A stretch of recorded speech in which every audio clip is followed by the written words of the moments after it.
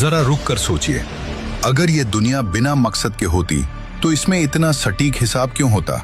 क्यों हर चीज एक नियम, एक पैटर्न, एक बैलेंस में चल रही है? कुरान कहता है हमने हर चीज को एक मिकदार के साथ पैदा किया। मिकदार यानी नाप, यानी हिसाब, यानी मैथ्स। लेकिन सवाल यह है, अगर अल्लाह नहीं तो ये मैथ्स आई कहां से?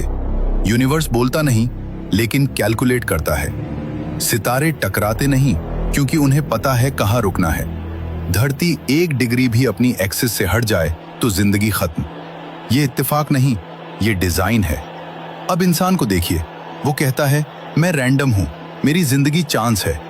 लेकिन उसका दिल गोल्डन रेशियो में बना है, उसका चेहरा सिमेट्री चाहता है और उसका दिमाग पैटर्न ढूंढे बिना चैन नहीं लेता।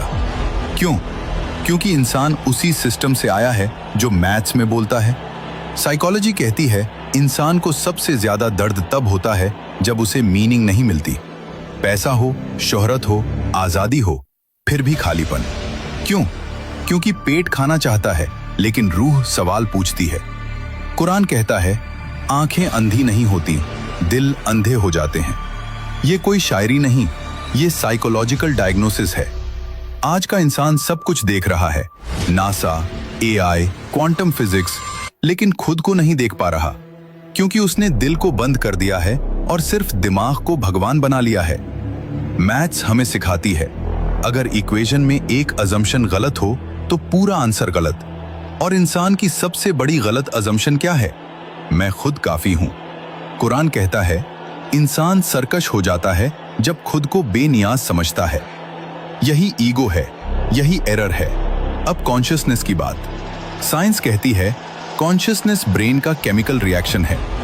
तो सवाल यह है, जब इंसान सोता है और ब्रेन एक्टिव रहता है तो कॉन्शियसनेस कहां जाती है?